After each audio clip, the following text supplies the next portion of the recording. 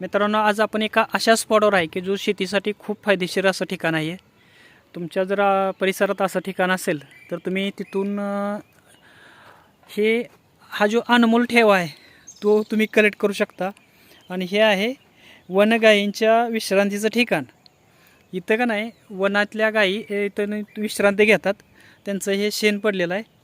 हे शेण आपल्या शेतीसाठी एक संजीवनी म्हणा, अमृत म्हणा, अशा प्रकारे काम करणार आहे. याच्यामध्ये लाखो करोडो जीवाणू असणार आहेत. याच्यामध्ये सगळे पौष्टिक घटक असणार आहेत. कारण ह्या गायीसनी स्वातंत्र्य आहे की त्यांनी काय निवडून खायचं. म्हणजे त्यांना निवडायला चान्स आहे की आज आपण काय खायचं. आणि ज्या वेळेला आपण देशी गाय पाळतो, आपण पाळीव गाय पाळतो, त्यावेळेला आपल्या चुका काय होतात, तर त्यांना आपण आपल्याला उपलब्ध असेल तेच त्यांना खायला देतो. त्यांना निवडायला चान्स नसतो की त्यांनी काय खायचं आहे. भले त्यांना आज जर मका खायची नसली तरी आपण त्यांना त्यांच्यापुढे मका टाकणार.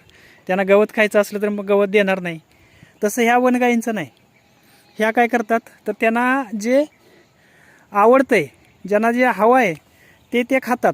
त्याच्यामुळं त्यांच्या शेणामध्ये वेगवेगळ्या वनस्पतींचे घटक असतात.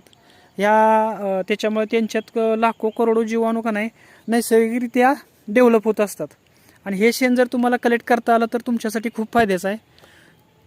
तुमच्या जर आजूबाजूला कुठं जर असा स्पॉट असेल तर तिथून तुम्ही थोडं का होईना पण हे थोडं जरी हे शेण नेलं तरी हे आपल्या जीवाणू वाढवण्यासाठी याचा वापर करायचा.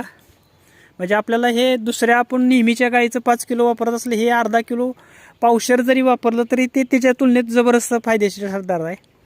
कारण ह्याच्यामध्ये असणारे घटकच जबरदस्त असतात. तुमच्या जर आजूबाजूला कुठं असं ठिकाण असेल तर नक्की कळवा. तिथून तुम्ही तो कलेक्ट करा. आणि तुम्ही जर असं प्रयत्न करत असाल असं कलेक्ट करण्याचं तरीही कमेंटमध्ये कळवा.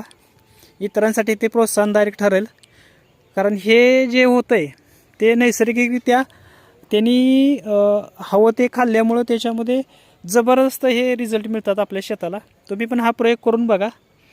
तुम्हाला जर अवेलेबल होत असेल तर आजूबाजूच्या कुठं ना कुठं तरी असे ठिकाणं असतात की तिथून आपल्याला हे मिळू शकतं.